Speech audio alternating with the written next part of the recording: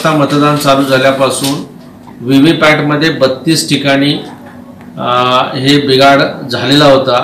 15 ते 20 मिनिटांमध्ये ते सर्व बिघाड त्या ठिकाणी रिप्लेसमेंट केलेली आहे।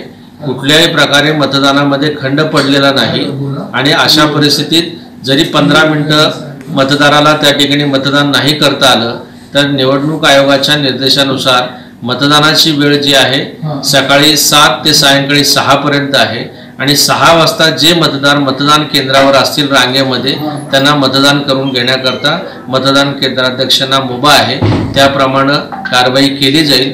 कुठलाही मतदार मतदान केंद्रावर आल्यानंतर त्याला मतदानापासून वंचित ठेवलं जाणार नाही।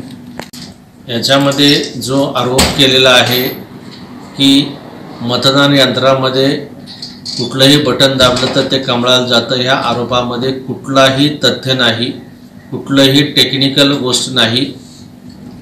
फक्त ही जी बाब आहे ज्याने स्वतः प्रत्यक्षात मतदान केलेलं आहे त्या मतदारालाच ते माहिती होऊ शकतं आणि त्या मतदारानं ही बाब निदर्शनास आणून द्यायची आहे मतदान केंद्राध्यक्षाच्या आणि मग त्याच्यामध्ये त्याचं चाचणी मतदान केलं जातं।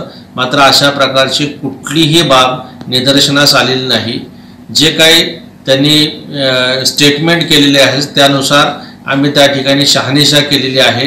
अशा ह्या आरोपामध्ये कोणतंही तथ्य नाही आणि विनाकारण मतदारामध्ये याच्यामध्ये संभ्रम निर्माण होऊ नये अशी मी सर्व मीडियाला आणि सर्व उमेदवारांना देखील विनंती करतो।